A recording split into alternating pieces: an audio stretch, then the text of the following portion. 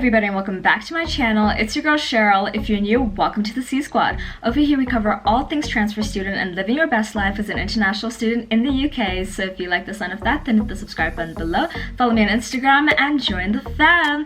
And if you're a returning subscriber, thank you so much for joining me again. So it is back to school season and I am here with some tips on how to be successful in online school.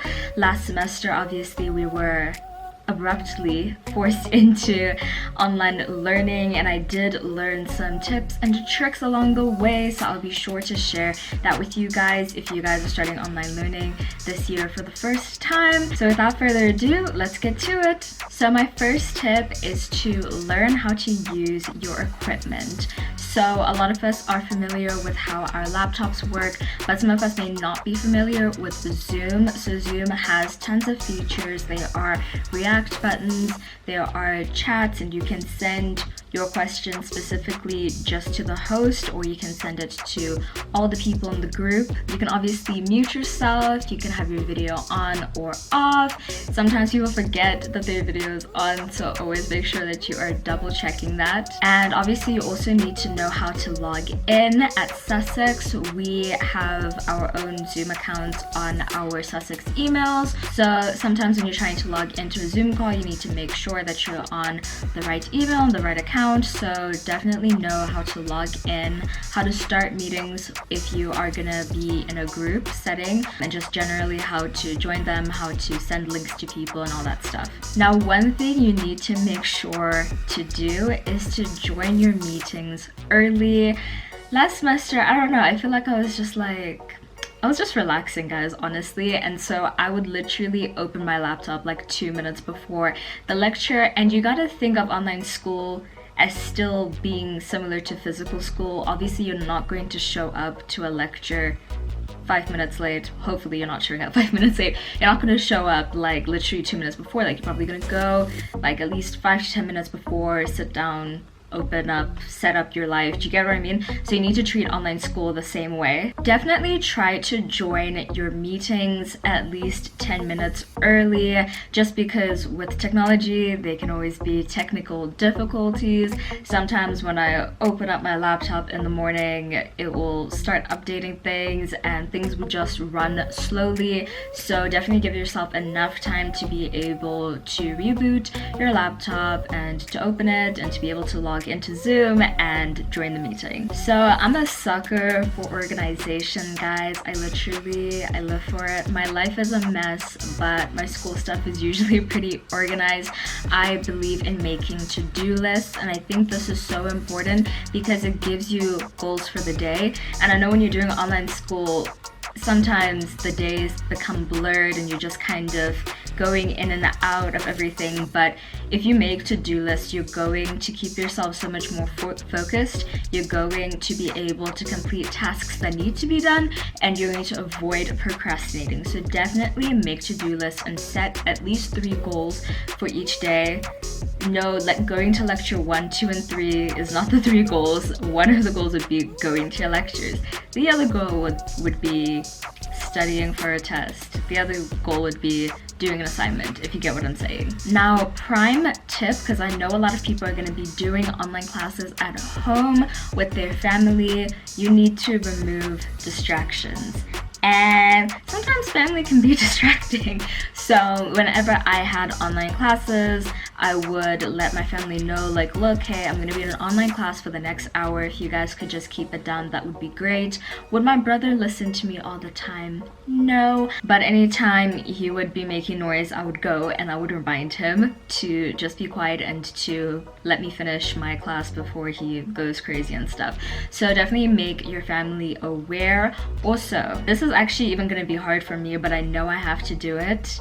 You cannot be on your phone, and my phone is the #1 distraction, because obviously in a lecture you're not going to pick up your phone because the lecture is right there and you don't want to be rude, and most of the time, like, they can see when you're on your phone. Even when you think they can't see you, they can still see you. So during online school it is so much easier because most of the time you will have your camera off, and so you can literally be on your phone on Instagram and the lecturer won't know. But at the end of the day, it really serves no purpose. There's no point in you even showing up to the lecture if you're just gonna be on your phone?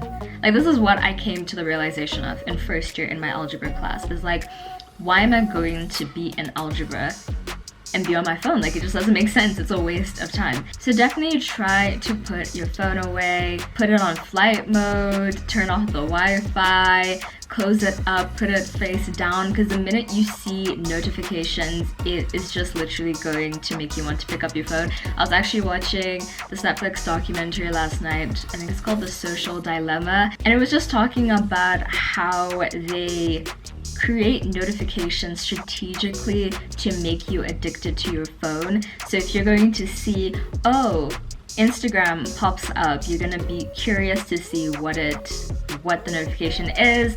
Then you're going to see, oh, my friend tagged me in a photo, and now you're gonna go into Instagram so you can see what you were tagged in, and then it just becomes like a cycle. So notifications are really bad.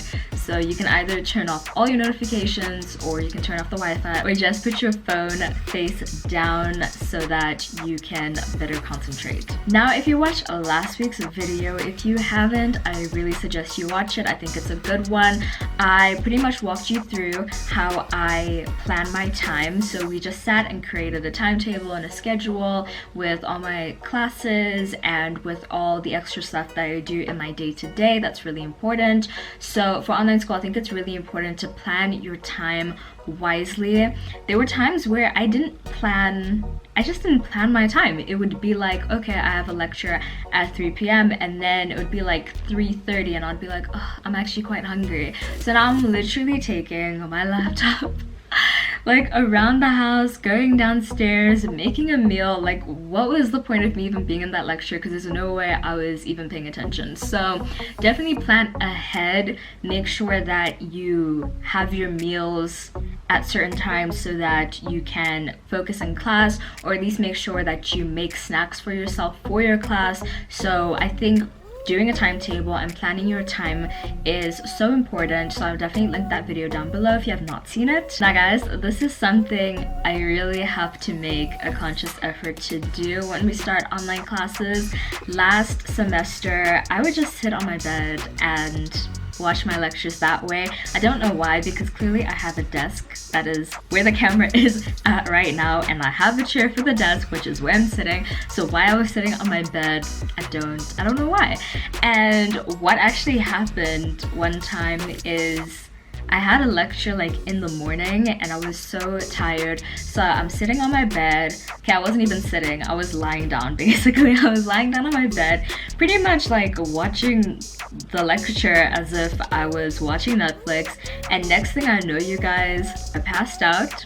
I woke up and I was the only one left on the Zoom call.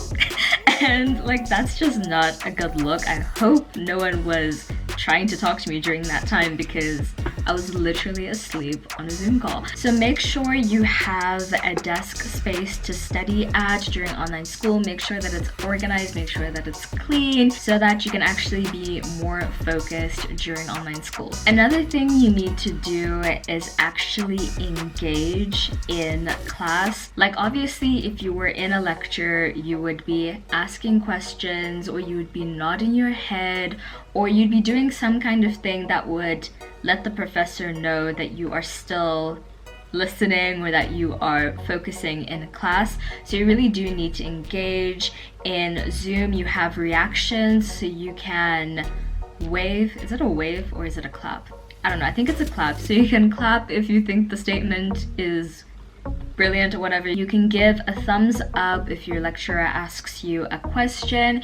You can type in the chat box. You can do polls. And guys, also make sure that if you are split up into break rooms on Zoom, that you actually engage with the people in the break room.